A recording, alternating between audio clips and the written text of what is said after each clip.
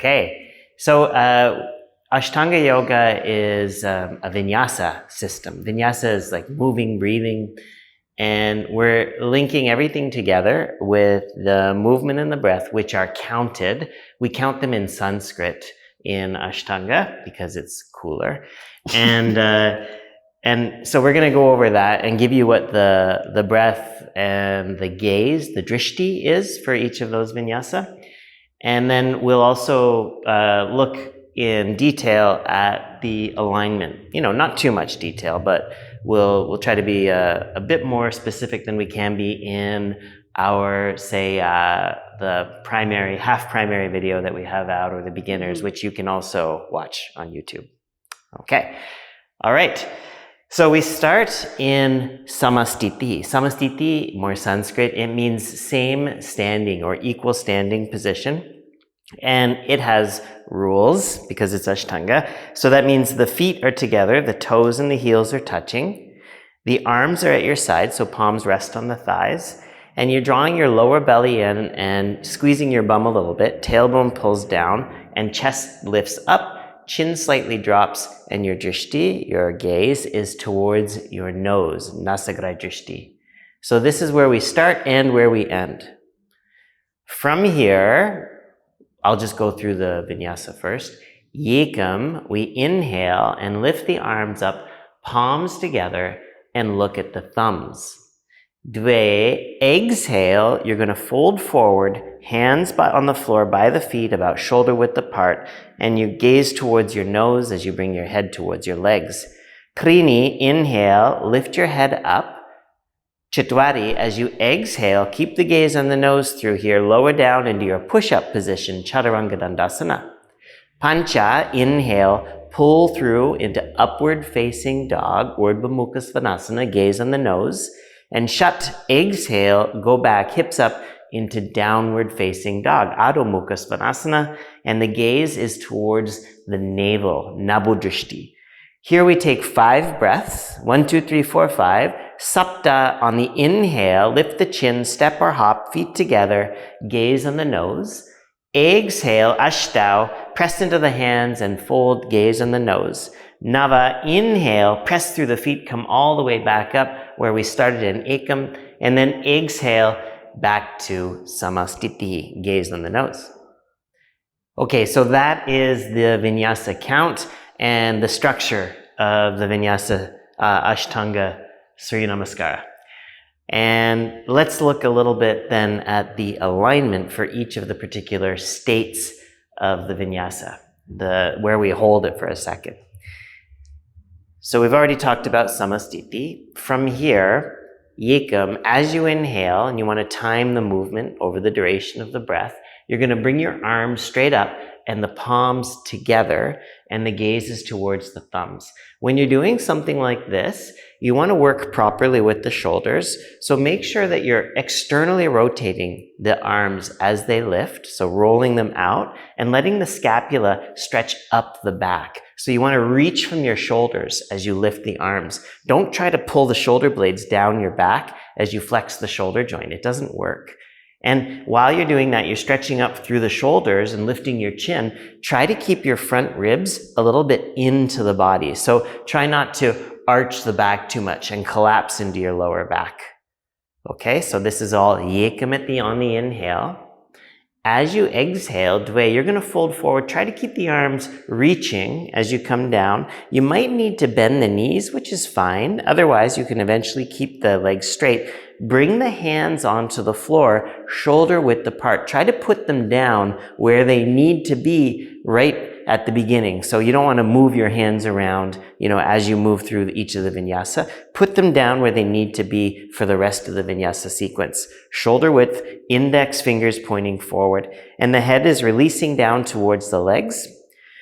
Krini, on the next inhale, you slowly press into the hands and straighten the arms and lift the chin up. Don't lift the chin up too much. Don't, hurt your neck, crane your neck up. Just lift it so that you feel like you're extending through the entire spine, and keep the hands pushing flat, firm into the floor. There's no need to come onto the fingertips here. Okay, that would be an extra movement. We don't need to do it. So the hands press down, And then as you exhale, Chitwari, you're going to step or hop back. And when you step back, put your feet hip width apart so that they're in the position you want them to be as you lower down into your push-up. Lower down with the elbows directly over the wrist, palms flat on the floor. We have a bunch of stuff on Chaturanga Dandasana, wrist health as well. Check out those videos. Okay, and notice Jelena's chin is also forward. Very important. Inhale, pancha, pull through into upward facing dog. And now Jelena just went straight over the toes, so she ends up on the top of the feet. The toes are pointing back.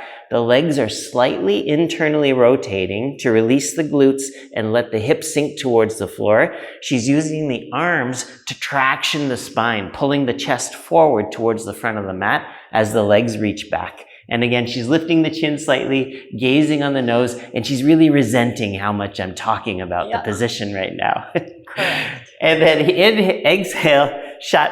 She's going to go all the way back into downward facing dog. Now, the distance of the feet didn't change. They're still the same distance they were in Chaturanga Dandasana, about hip width, but now she rolled over the toes, so she's trying to bring the heels towards the floor. If they don't come down, don't worry about it. Don't change the distance between the hands and the feet to get the heels down, unless you're way too long. Again, if you're not sure what the distance should be, we found it in Chaturanga Dandasana, the distance between the hands and the feet, but we have a video also on YouTube about that as well that you can look. Okay, so we're going to take 5 breaths here. While we're holding it, we're pressing through the index knuckles of the hands. We're trying to press the triceps down towards the floor. Watch what happens in Jelena's shoulders as she goes from that inward collapse position to the external rotation of the arm. She creates this space here, and she's reaching with the scapula, creating lots of space, lots of reach through the shoulders, and she's basically using the strength of the arms to push the weight back towards the feet. Also, this is maybe like a little different in Ashtanga yoga, that we are puffing up here through the sacrum, containing the sits bones, and really focusing on, we call them bandhas in yoga. They're the lifting of the lower belly and the pelvic floor. So she's creating that kind of hollow belly position here. Looks like a dog, right? Doing a stretch. And she's not collapsing into the rib cage, extending the spine too much, arching the back like that. Okay, so we don't do that in Ashtanga yoga. We just don't.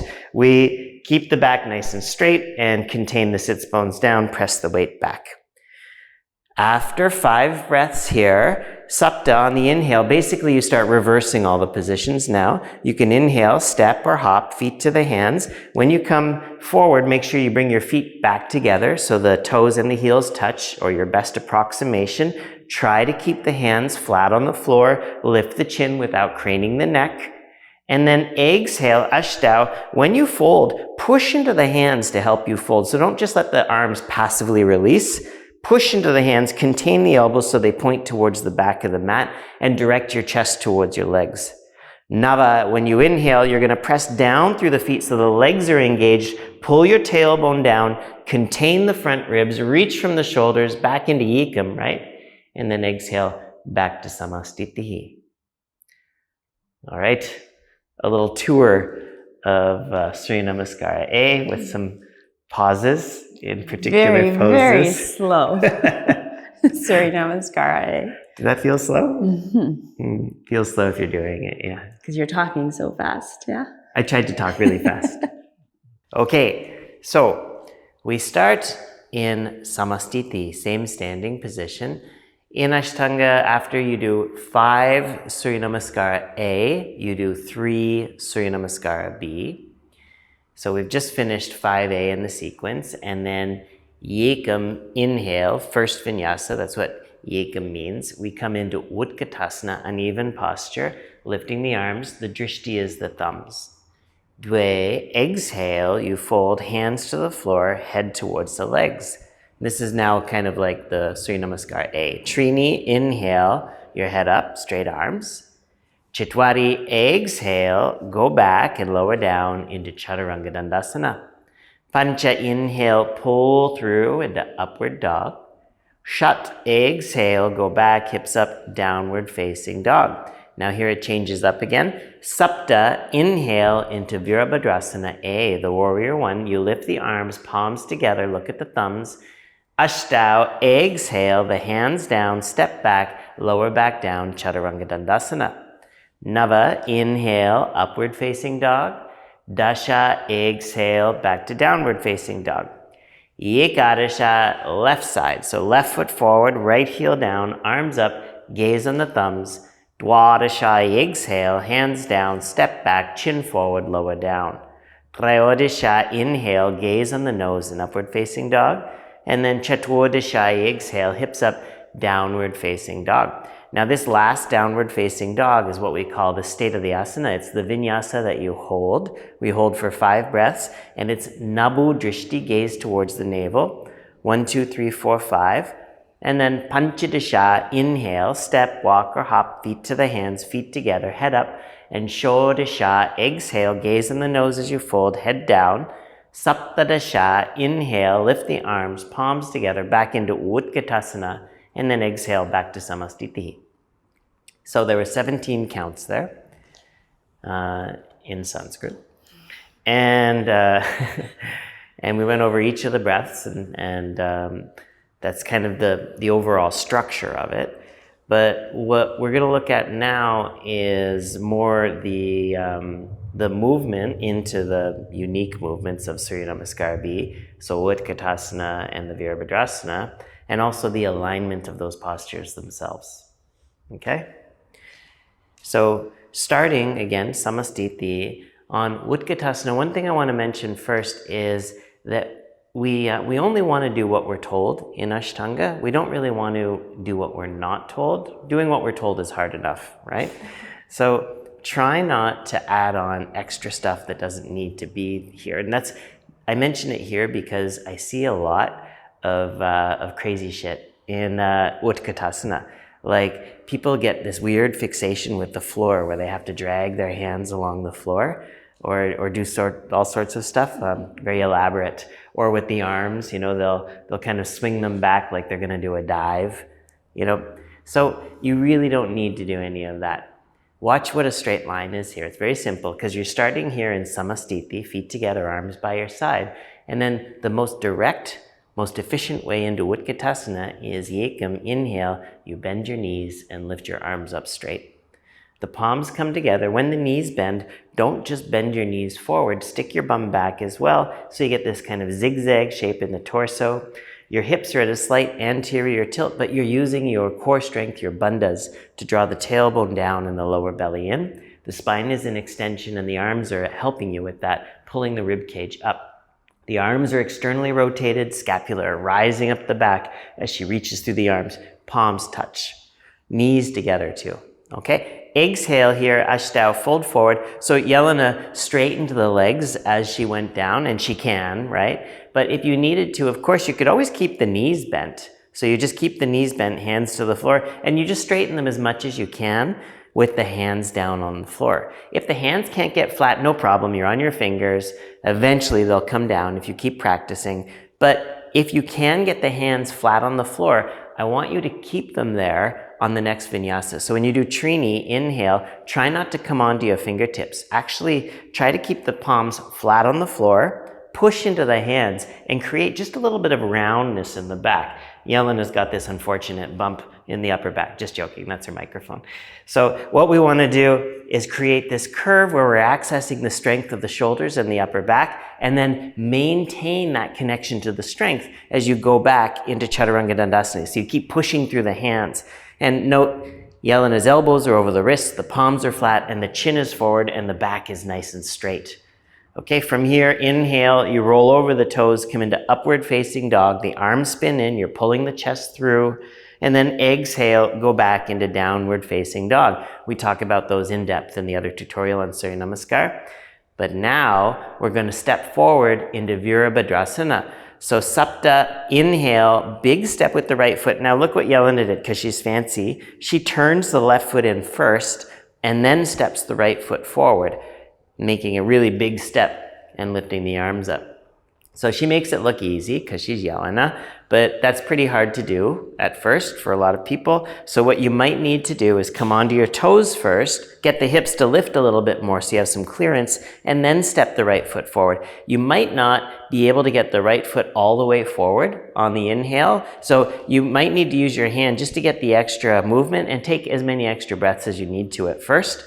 Then bring your left heel down, and bending the right knee as you lift your arms and your chest, you want to end up at the end of that inhale with the thigh parallel to the floor and the torso stretching up, kind of like Utkatasana was with the back. The spine is an extension.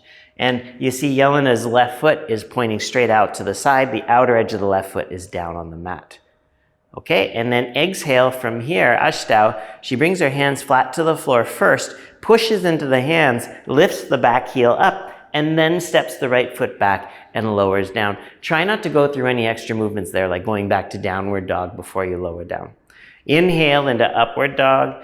Exhale, go back into downward dog.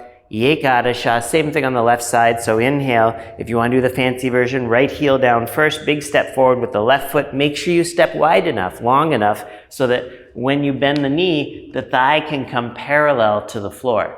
Okay, nice, very deep lunge. That right hip stays back. Jelena's not trying to bring the right hip forward. She wants the right hip to stay back, the right thigh to stay rolled out so that it accommodates the angle of the foot.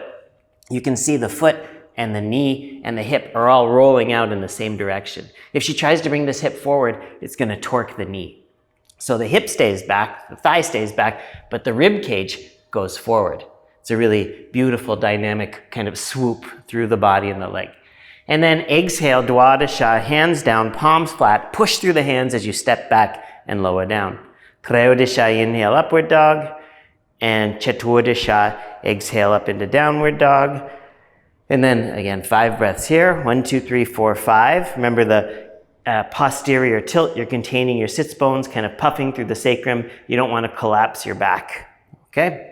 And then inhale, Panchadasha, shift the weight into the hands, step or hop, your feet to your hands, feet together. Keep the hands flat, so you're still pushing into the hands. Lift your chin. Don't look up. Keep the drishti on the nose. That's why we have drishti. We're told where to look. And then exhale, fold, Shodasha, head down, push into the hands, contain the elbows when you fold. Saptadasha, bend the knees again. Utkatasana, remember you sit back. So you're sitting down nice and low, like you're sitting in a chair. I always say a chair, not a bar stool, right? So you come down way down, yeah. And then exhale, straighten the legs as you bring your arms down. Everything happens at the same time, coming into samastiti. Okay. Sorry, slow again? My legs are working. I can feel my heart rate going up. Such a good practice, Surya Namaskara. Mm-hmm. We often get asked, how do we teach something like this to beginners?